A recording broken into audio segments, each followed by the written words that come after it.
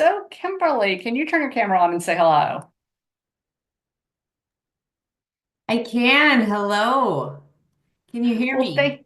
yes, you sound wonderful. Well, thank you so much for being with us today. Yes. Okay, there we go. I think I am officially sharing.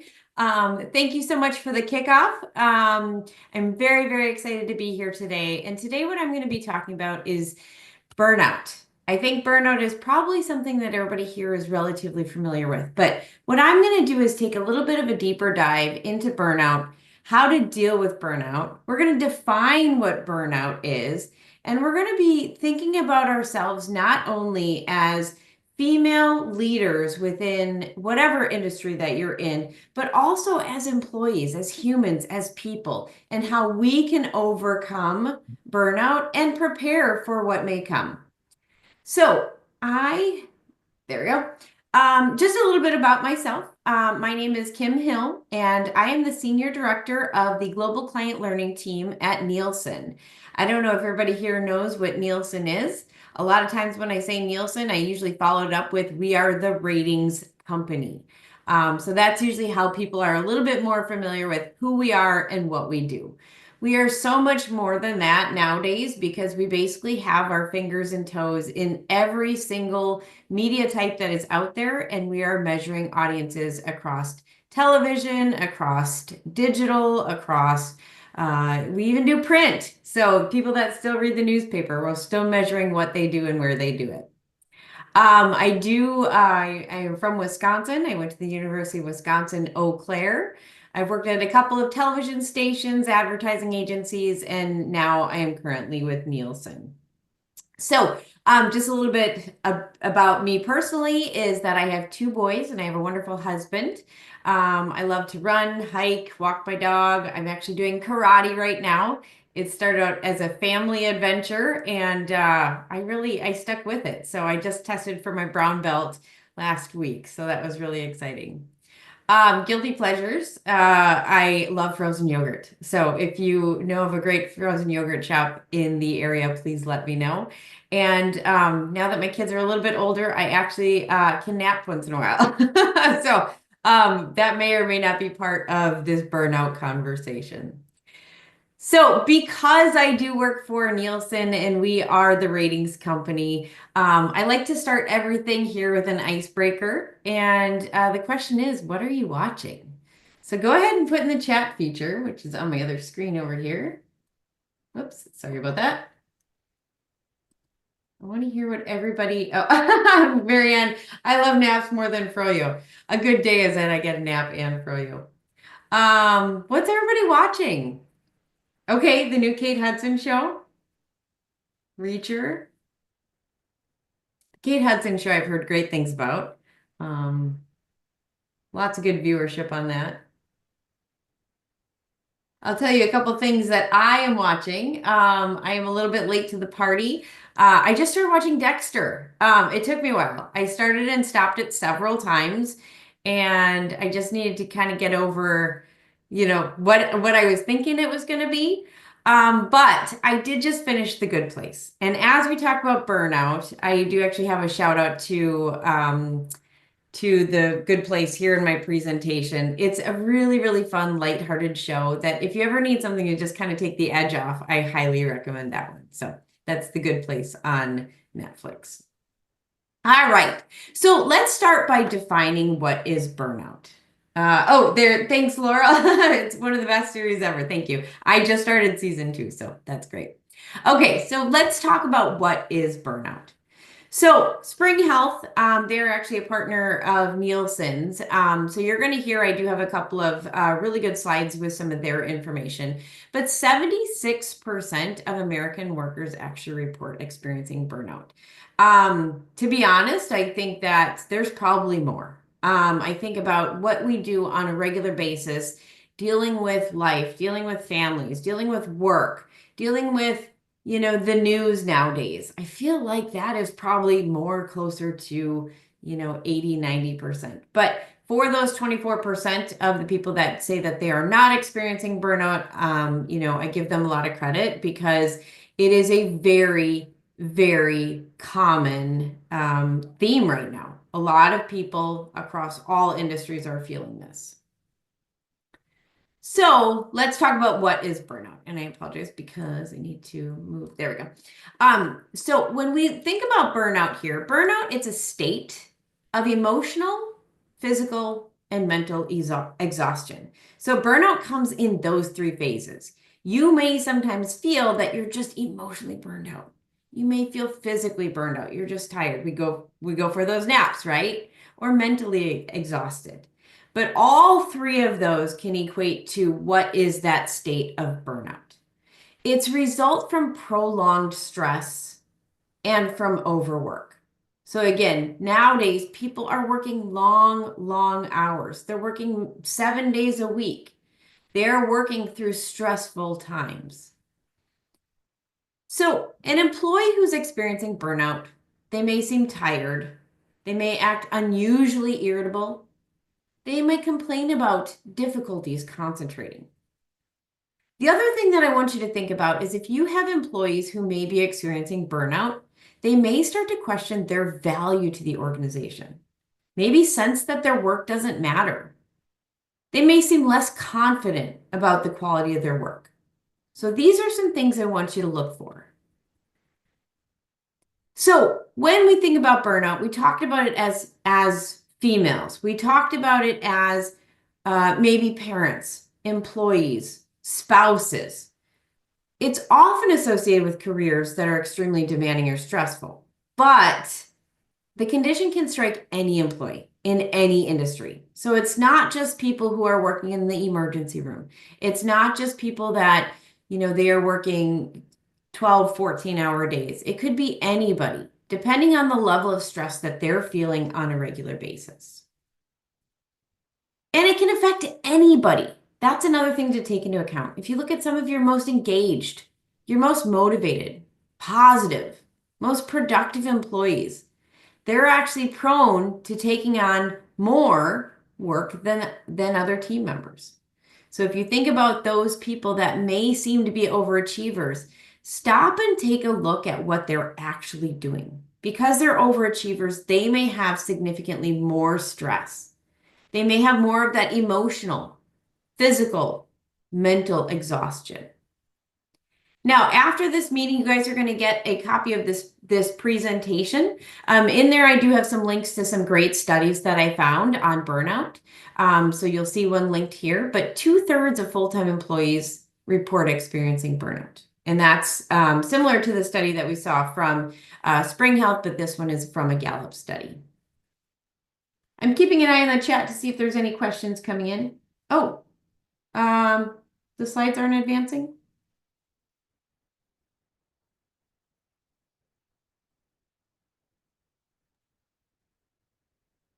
Oh, you do? Okay. I see the what is burnout page. Okay. Yeah. Okay, Jennifer, you may just have to refresh. Okay, great. Thank you. Okay, yeah. Okay, wonderful. Thank you.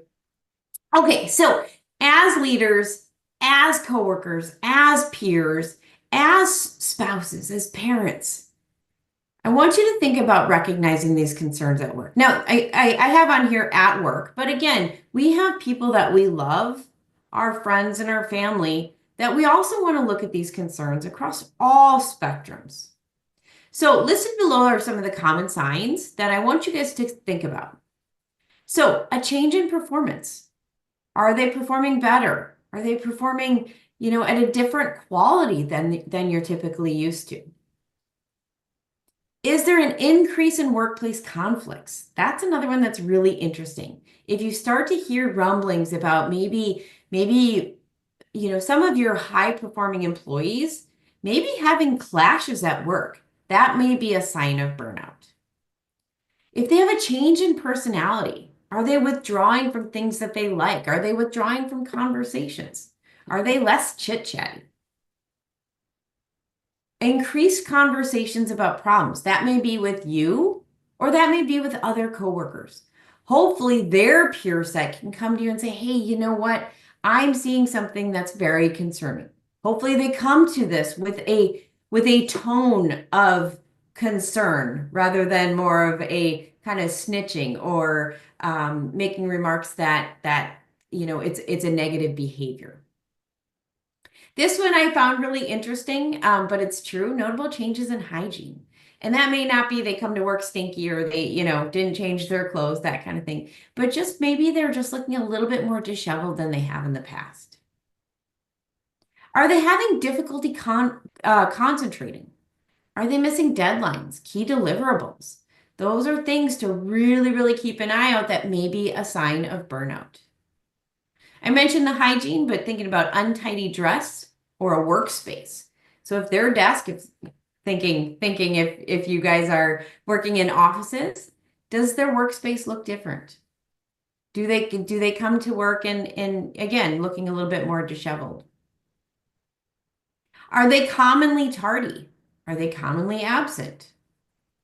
And then this one is a big one, a very, very big one. Impatience, irritability, or anger. That's a very key sign of somebody dealing with burnout. So let's talk next about addressing the concerns. So first thing here is listen and learn. So as a manager, as a leader, as a supervisor, as a peer, as a spouse, as a friend, it is not your job to fix the problem, okay? So you are not a therapist. You may stand in as one once in a while. We all do as leaders, but it's not your problem it's not your job, I should say, to fix the problem.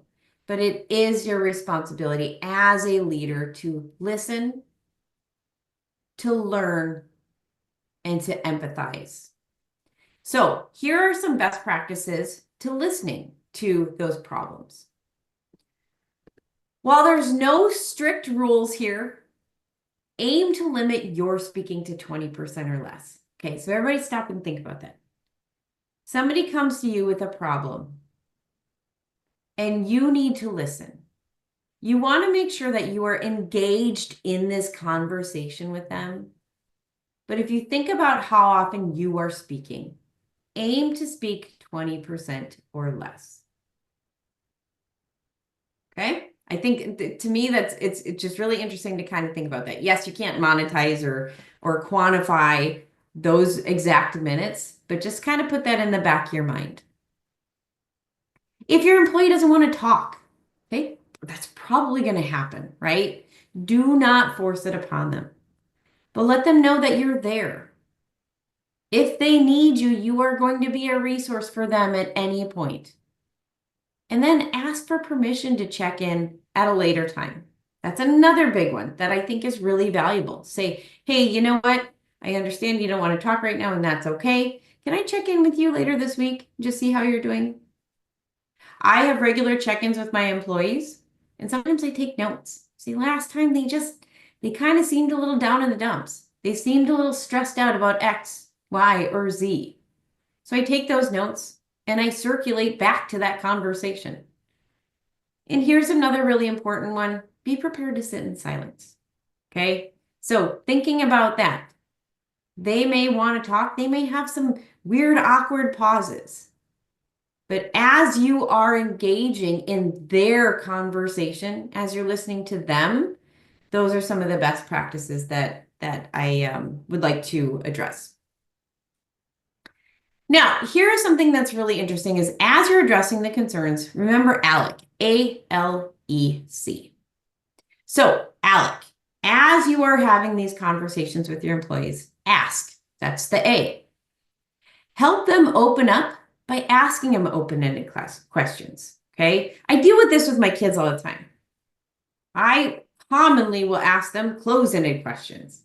And then I have to remember, you know what? I have to ask them open-ended questions. So some examples. Is there anything troubling you? Mention specific things. So if you see those concerns that we talked about, address those. You seem less chatty than usual. Are you okay? We talked on the last slide a lot about listening, okay? But that's the L in ALEC. So listen. If they need time to think, sit patiently with silence. We talked about that. Engage them to open up by asking questions like, how are you feeling about that? If they have a big project on their plate, ask them, how are you feeling?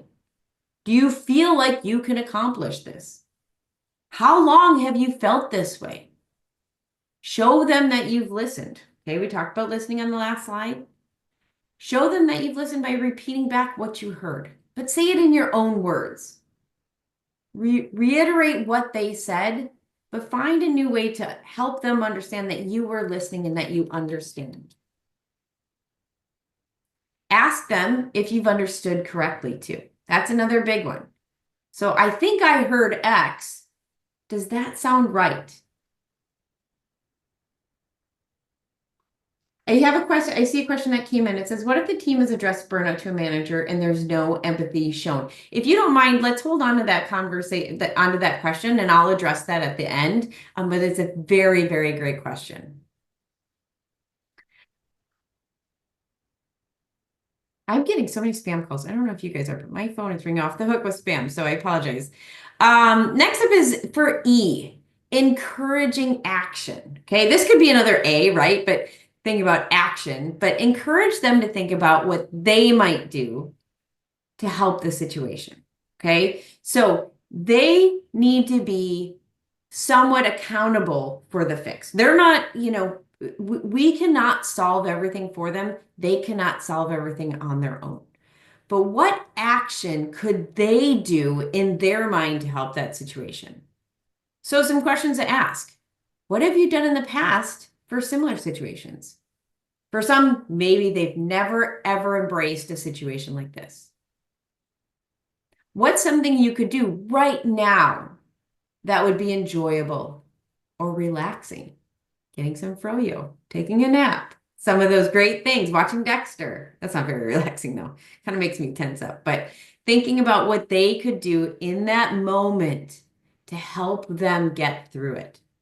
Okay, and we're going to talk again more about some of that on the slides coming up. So checking in, ask if it would be okay and let them know that you'll check back in on a specific day. That's the C. We talked about that on the last slide. Now, let's talk a little bit about the business risks, okay? Now, we know that the risks to human beings when we are dealing with burnout, right? If you think about everything that can do to your body physically, everything it can do to your body mentally, your sleep, your eating habits, okay? All of that. But as leaders in whatever industry you might be in, we also see business risks that are associated with burnout. So let's talk a little bit about those and why it's important for us moving forward in our businesses to also address this. So burnout can cause employees to be less productive. We talked about that. A lot of times they'll call in sick more often, and then some of them just leave their jobs altogether, right? All of that makes sense. But if you think about from a productivity standpoint, think about all of the work that could be done if we were to address burnout before it happens. So it's very costly for businesses. So one review or one article from the Harvard Business, they estimate that the cost of healthcare spending due to burnout is between 125 and 190 billion. Okay, that's a lot of money to deal with burnout that comes from employee burnout, from workspace burnout. That's not even speaking about, I'm a parent and I just entered teenage years, true story, and that is causing burnout for me. That is very challenging. 13-year-old is really tough. Burned out employees are 13% less confident in their performance and 63% more likely to take a sick day. Okay, and again, that goes back to that Gallup study.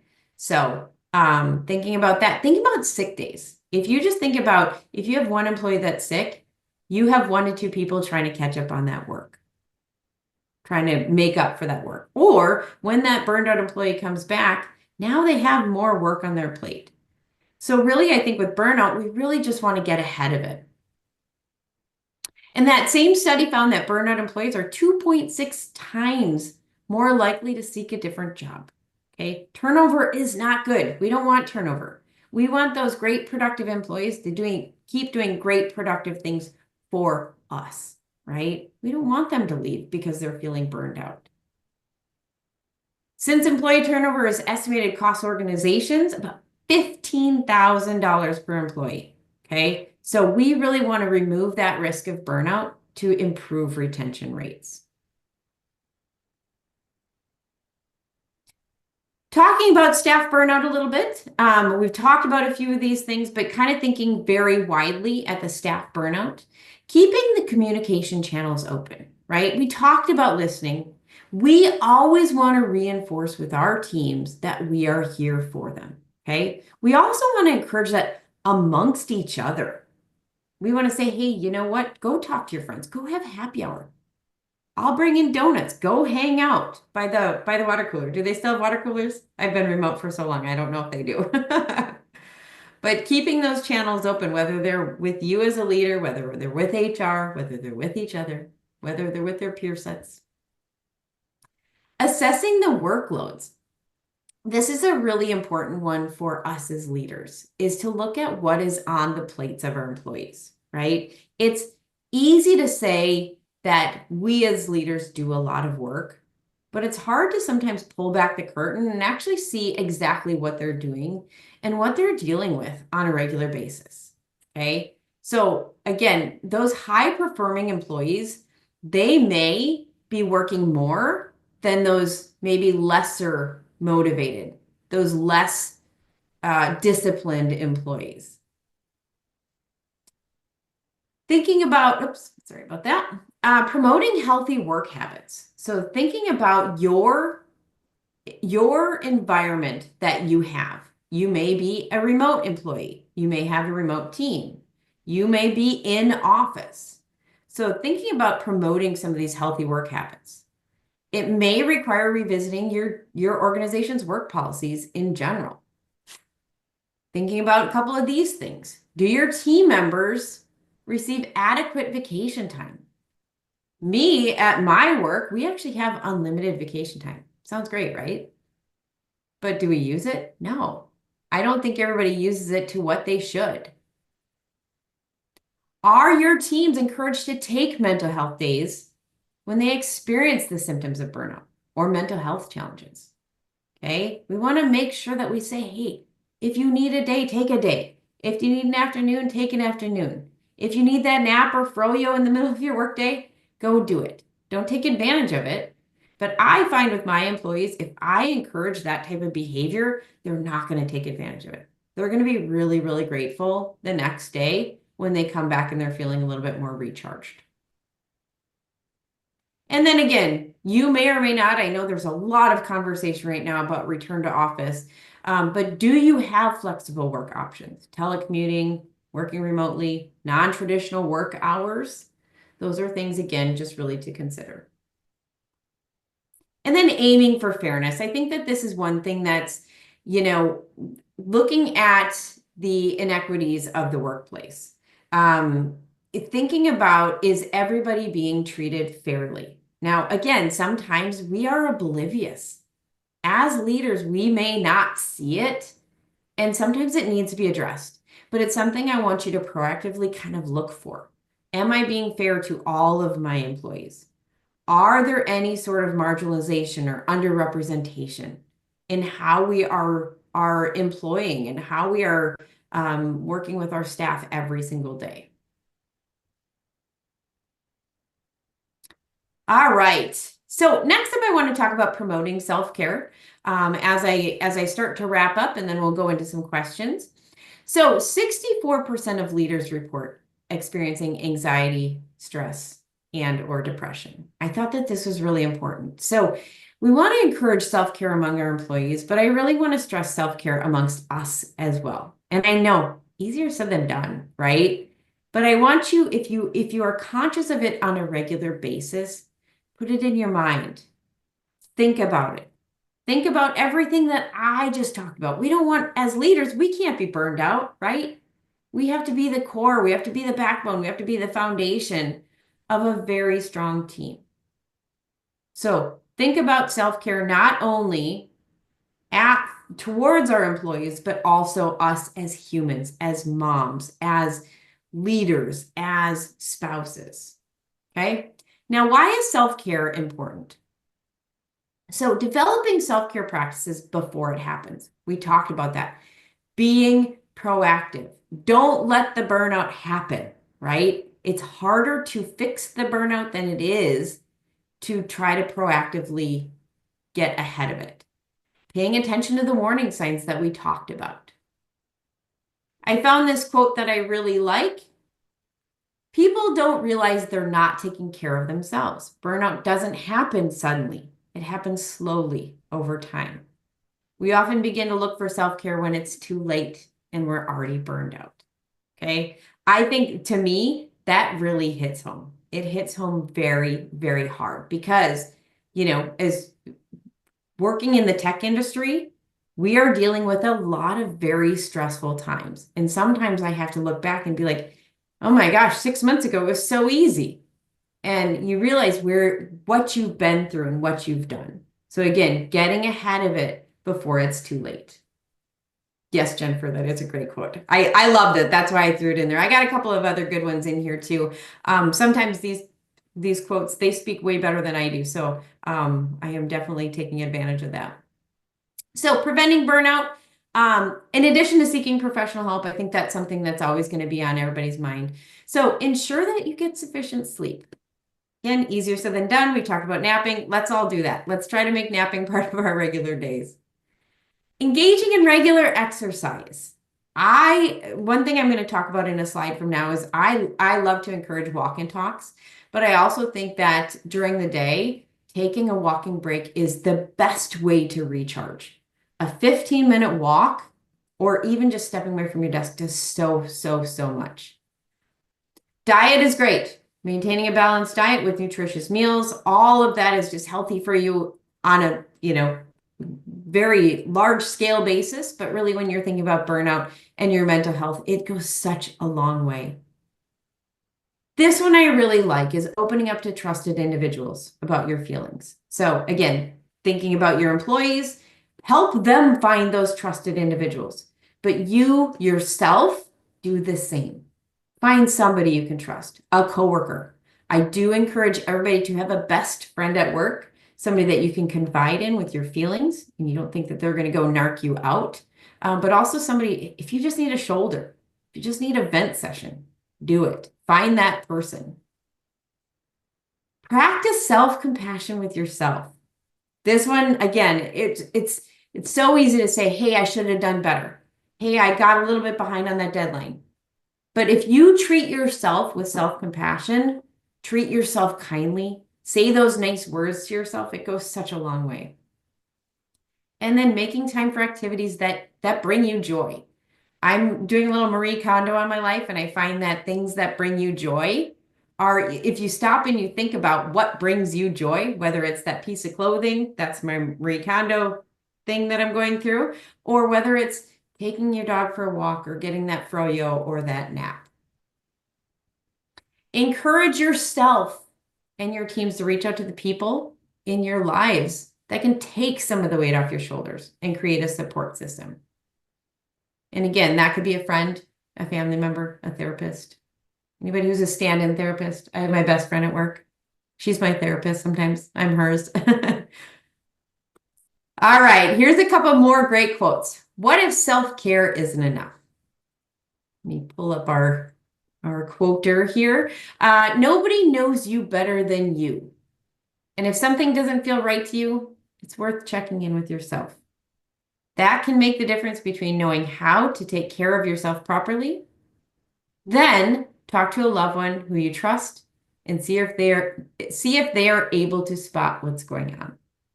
Okay, we talked about that. Sometimes we are blind to what's going on around us. Sometimes we're blind to our own burnout. This is a really good exercise. And then this one I also just truly loved. It's okay to ask for help. Asking for help is a sign of strength, not weakness. Okay. When I find myself resisting certain feelings, I welcome those thoughts and give myself permission to feel and get curious about what they're telling me I need in that moment. Okay. Think about it. When your stomach growls, it means you need food. When you're yawning, that means that you're tired.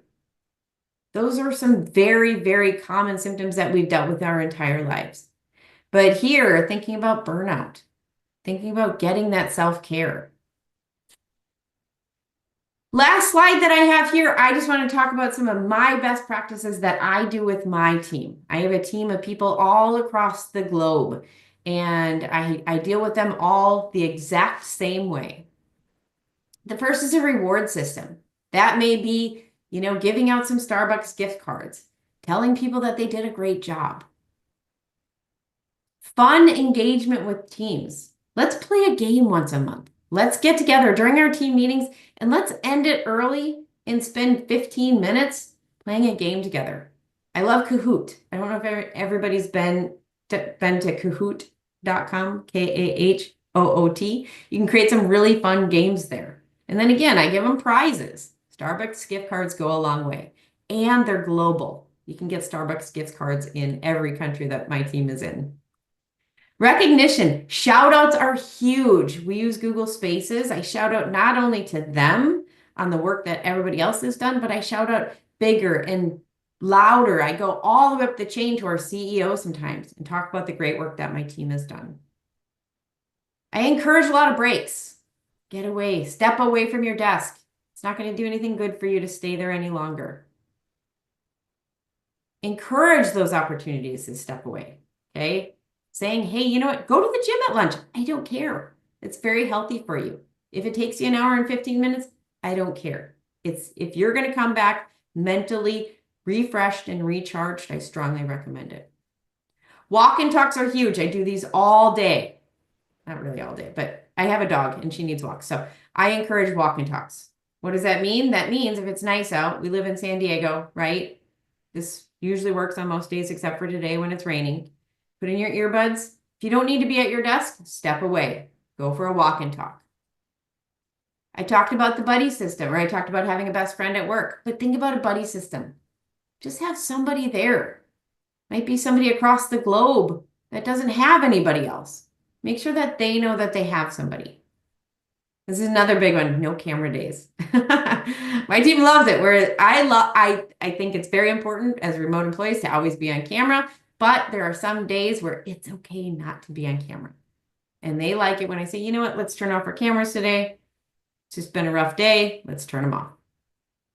Allow flexible scheduling. We talked about that. And then most importantly, empathy. So with the empathy, get in their shoes. Think about what they're dealing with, okay? Be there for them and say, I understand. You may not understand. Try to. And I have 1 minute left, and I want to make sure that I can answer some real quick questions, but I'm going to end with an Eleanor Shellstrop quote. Like I said, I just finished watching The Good Place, and it's so cute. I just can't get enough of it. If you try and ignore your sadness, it just ends up leaking out of you anyway. I've been there, and everybody's been there, so don't fight it. Okay? So thank you. Let me go ahead and I'm going to pop over here and answer some real quick questions. Like I said, I probably have about 36 seconds left. So one of the questions that came in is, what if the team has addressed burnout to a manager and there is no empathy shown? So I don't know if you have the higher power of working with HR. That is definitely a place that I would start. Hopefully that they have an open door policy. If they don't, I think what you all could do is go into the situation with some suggestions. So not saying put together a whole sales pitch on how to address that burnout and how to try to find that empathy. But I think if you can go forward with some ideas to say, hey, I think our team would be much more productive. I think that our team would feel better. I think there'd be a more optimistic and positive environment if we changed to X, Y, and Z. I think that would be a really great place to start. Having an unempathetic manager is really tough. I've been there.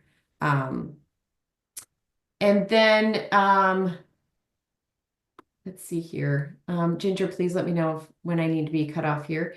How can business balance the need for high productivity with the risk of burnout? We are on a hiring freeze and not replacing staff that leaves. I have to tell you, Brielle, we are actually in the exact same place. I think it's really about prioritizing, and I know that sounds like a really easy answer, but it's really about determining what needs to get done and when. And I think just encouraging the fact that the end goal, what is the North Star, making sure that everybody is striving towards that. That will help define those priorities because I completely understand what it's like when you are short-staffed, but that job still needs to get done. What I would say is I would definitely not encourage teams to work extra hours. I would encourage them to work a little bit more efficiently with that time. And if they are feeling like they're wiped out, think about those things during the day that can help motivate them to be brighter, be more efficient, and really stay productive. And then we have poor Juliana who's dealing with daylight savings burnout. I think we all are. Let's get rid of daylight savings and we'll all be good. She said, how do you even start a conversation with your team checking their burnout level? I will tell you that I have one-on-ones with all of my team members. I meet with them at least once a month, if not more. And that's when I look for those cues. I ask them how they're doing. I start very light and conversational. How you doing? What's going on? And immediately within the first 5 minutes, I know whether or not they are coming in really positive. And sometimes we just have conversations about them and we don't even really get to a lot of business conversation. Because to me, my employees are the most important people or the most important factor on how to get the job done. If they're not there mentally, it's not even worth having a conversation about business. So I hope that helps. Let's see here. I think I got to all the questions. I don't think we have time for any more questions. Ginger, correct me if I'm wrong. But thank you. Yes, thank you. Yeah. Well, thank you so much for your time and for your fantastic presentation. Do you have one more final tip before we go to our next presentation? I would say the biggest tip is empathy. If I could leave this and it's again just walking away with the conversation that you understand what they're going through and that you're there to work with them. Well, thank you so much. I used to work in Kearney Mason. I went there all the time. Well, thank you so much for your time today. Right. Thank you. I'm excited to see everybody's presentations. Thank you.